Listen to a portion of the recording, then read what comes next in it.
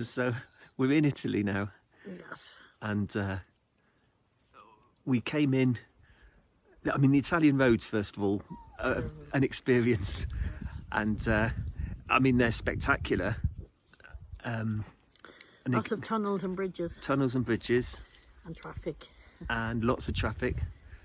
And some of the traffic seems to like to either tailgate you or overtake you on blind bends. Yeah. But not everybody, we've got to say. Oh, no. But enough that you notice. Yeah. But yeah, we came into Italy and it's very mountainous in the north, and even down, so we came along the motorway and we crossed inland around Genoa and Parma and that Genoa. kind of region. Yeah. But it was still, we were expecting it to be less mountainous. In fact, it was very mountainous, and the first place we went to was a place called Equiterme. My goodness, it was amazing. They have these wonderful springs that just come up from the ground, and you can just swim in them free of charge. And apparently, according to our neighbour, they cure pretty much everything. And I should have put my head under the water. Yeah, we both had a swim. But very sulphurous, so you could really smell the sulphur and other things in there as well, I think. But the sulphur was obvious. Very clear. But very clear, and it was good. Enjoyed that, and the region. I mean, the mountains beautiful. were extraordinary, just steep-sided, craggy, like the Dolomites in miniature, but not very miniature. I mean, some of those peaks were like 2,000 meters high, and there were villages on the top of them. It was just crazy country, really. And then we came down a little bit more into Tuscany, and Tuscany is what most of this video is going to be about, and it is beautiful.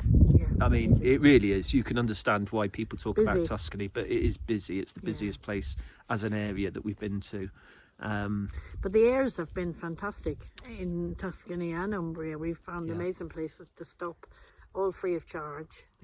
And it's nice to feel legal, so you're not just, we do some off-grid parking or whatever you want to call it, but pretty much we've been staying in airs since we've been in Italy as well. Yeah. And so we did stay in a campsite, and that was at San Gimignano. Let's say it right, San Gimignano. Yeah. And really, I mean, again, a bit like Roussillon, the most touristy places we've been to, but for a good reason. Because the as you first see San Gimignano, the landscape, what does it call it? It's almost like a cityscape. You see these tower blocks, but the tower blocks were built in the 12th and 13th century. And they were just to show off wealth, I think, really. I don't think they've got a purpose particularly, but it leaves an extraordinary sight, because I think what happened was the Black Death came along in 1348, and the village kind of was up on its uppers after that, but it kind of preserved the village as it was, so that now you go in and it's just this medieval village with these extraordinary towers, and just an unusual place, really. Yeah. Very cool place. Very special. Yeah.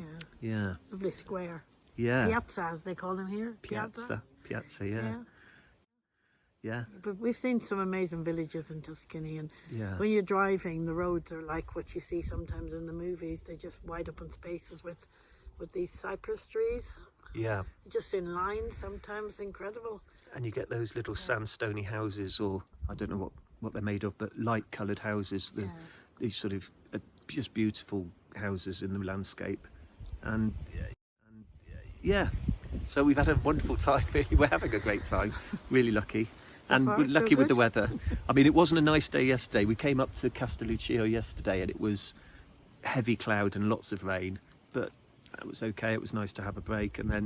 But today, as you can probably see, bright sunshine, even though I've got my hat on. But we are 2,000 metres nearly above sea level at the moment, so yeah, it's a bit breezy.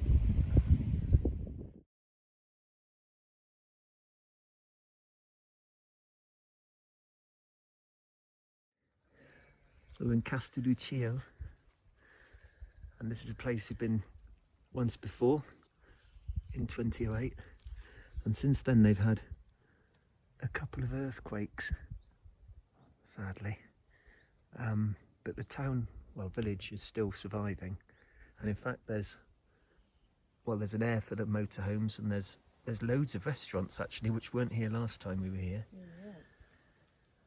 What do you think, Per? I I think I had the best tiramisu I've ever tasted in my life. That's my priorities. But it is pretty special up here, really, considering we're so high up, and yet there's this massive plain with animals. And Let's see if we can get the plane. I mean, the plain is unreal. So the plane, can you just see it? I don't know. We are on the top of a volcano. Hopefully it's dormant. Extinct, I think. It's extinct. That's a good word. But yeah. And the weird thing is, I think we're over 1,600 meters up, and there's these broadleaf trees behind us, Yeah, that's weird. and that just feels weird. And look, mushrooms. And mushrooms, but he's just found a giant mushroom. Yeah. So we might be eating that tonight. If Hopefully it's it won't kill poisonous, us. you won't hear anything else from us. That'll be our last broadcast.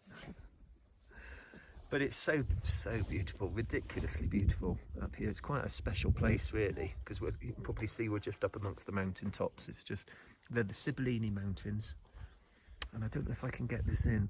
So this highest peak beside us, I'll just zoom in, you can see a line running just below the peak and an outcrop of rocks, and those are apparently a result of the earthquake.